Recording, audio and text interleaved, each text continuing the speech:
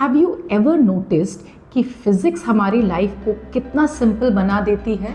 Imagine करो आप एक हैवी दरवाज़ा डोर खोलने की कोशिश कर रहे हो। अगर आप डोर को हिंजेस के पास से धक्का दोगे, it hardly moves, but push the same door from the handle, वो एक उंगली से खुल जाता है। वाई? फोर्स तो वही है, मसल्स भी वही हैं, तो रिजल्ट अलग क्यों? Today we are going to unlock this secret. This is called the moment of force.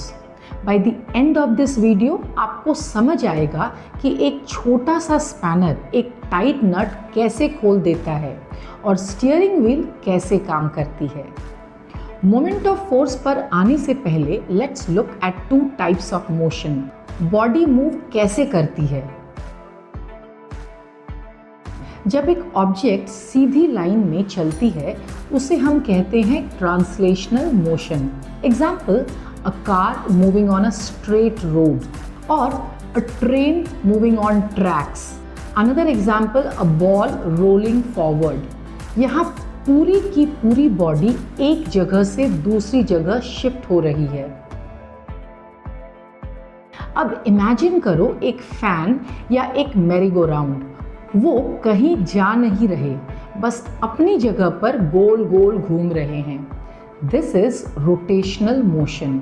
Example, fan blades rotating. Another example, earth rotating on its axis.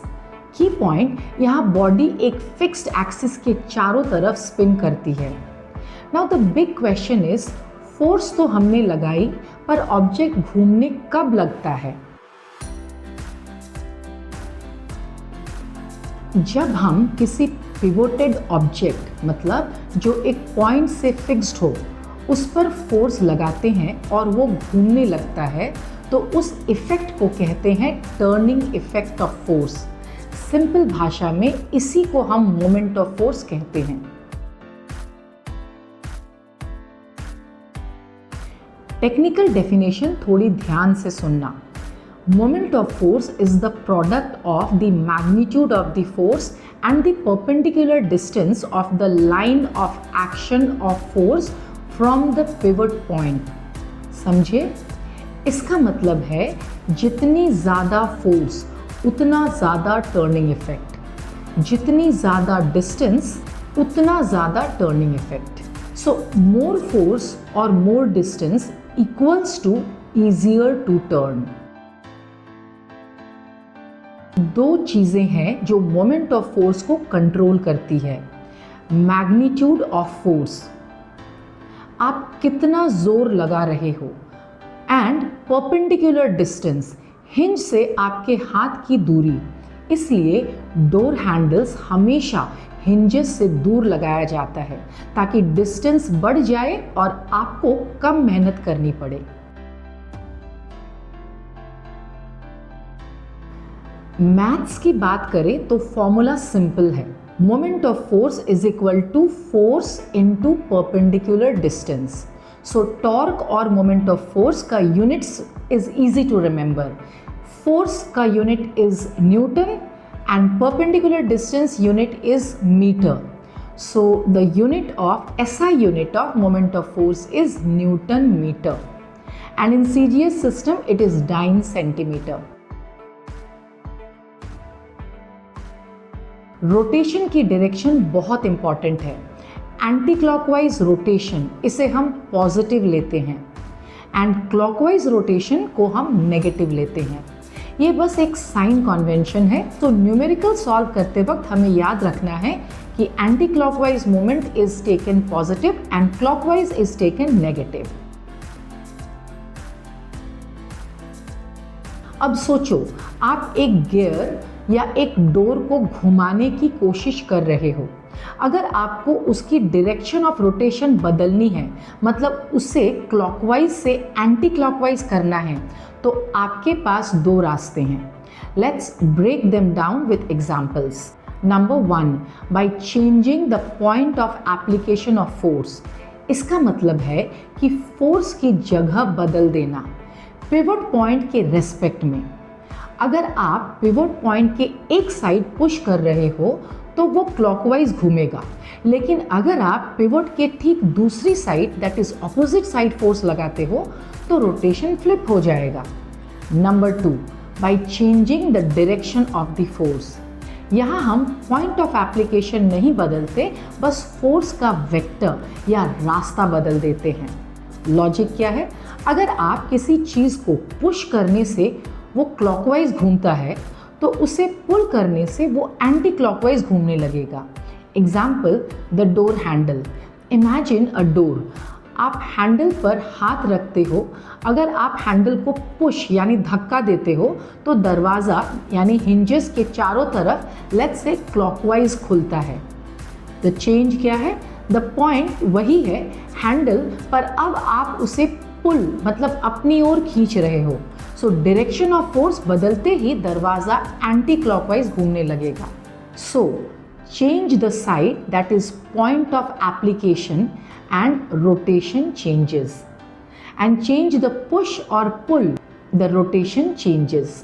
दोनों ही केसेस में आपका मोमेंट ऑफ फोर्स अपना sign बदल लेता है। Physics हर जगह है। Let's see some energetic examples. Door. Handle door इसलिए होता है ताकि परपेंडिकुलर डिस्टेंस मैक्सिमम हो और एफर्ट मिनिमम। स्पैनर। एक छोटा स्पैनर लो और एक लंबा स्पैनर। लंबे वाले से नट खोलना बहुत इजी है। क्यों? बिकॉज डिस्टेंस ज़्यादा है। बाइसाइकिल। पेडल्स को सेंटर से दूर रखा जाता है ताकि आपका पैर आसानी से व्हील घुमा सके। Steering wheel. ट्रक का स्टीयरिंग व्हील बड़ा क्यों होता है? ताकि ड्राइवर को ज़्यादा टर्निंग इफेक्ट मिले with less force. Hand grinder. पुराने ज़माने की चक्की में हैंडल एकदम एज पर होता था ताकि मोमेंट ऑफ फोर्स मैक्सिमम हो। अब एक कूल कॉन्सेप्ट, कपल। नहीं, ये वो वाला कपल नहीं है। फिजिक्स में कपल का मतलब है जब दो इक्वल और ऑपोजिट फोर्सेस एक साथ लगती है पर अलग लाइंस पर। So definition is two equal and opposite parallel forces not acting along the same line form a couple। Imagine आप बॉटल का ढक्कन खोल रहे हो, एक उंगली ऊपर पुश करती है, दूसरी नीचे। This pair of forces creates pure rotation। So moment of couple is equal to force times the arm, that is the distance between them। जब एक बॉडी पर बहुत सारी फोर्सेस लग रही हो पर बॉडी फिर भी शांत बैठी हो या वैसे ही चलती रहे, उसे कहते हैं equilibrium. Static equilibrium. Body rest पर है, example a book lying on a table. And dynamic equilibrium, body move तो कर रही है पर कांस्टेंट स्पीड से, बिना डायरेक्शन बदले। Example, rain drop falling at terminal velocity. दो शर्तें हैं। Net force should be equal to 0, मतलब बॉडी ना ऊपर जाए ना नीचे, ना लेफ्ट ना right. And net moment should be equal to 0, मतलब sum of all moments should be equal to 0। ये एग्जाम का फेवरेट टॉपिक है, the principle of moments. In equilibrium, sum of anti-clockwise moments is equal to sum of clockwise moments। अगर एक seesaw balanced है तो left side का turning effect right side के turning effect के बराबर होना चाहिए। Simple logic, heavy physics. So guys, आज हमने फोर्स का टर्निंग अवतार देखा। हमने सीखा translational versus rotational motion, moment of force का formula, force into perpendicular distance, couple and equilibrium के फंडामेंटल्स। नेक्स्ट वीडियो में हम इस चैप्टर के क्लास 10 बोर्ड न्यूमेरिकल्स सॉल्व करेंगे जो अक्सर बच्चों को डराते हैं, पर हम उन्हें कैसे इजीली सॉल्व करते हैं वो सीखेंगे। तब तक के लिए keep practising and stay curious.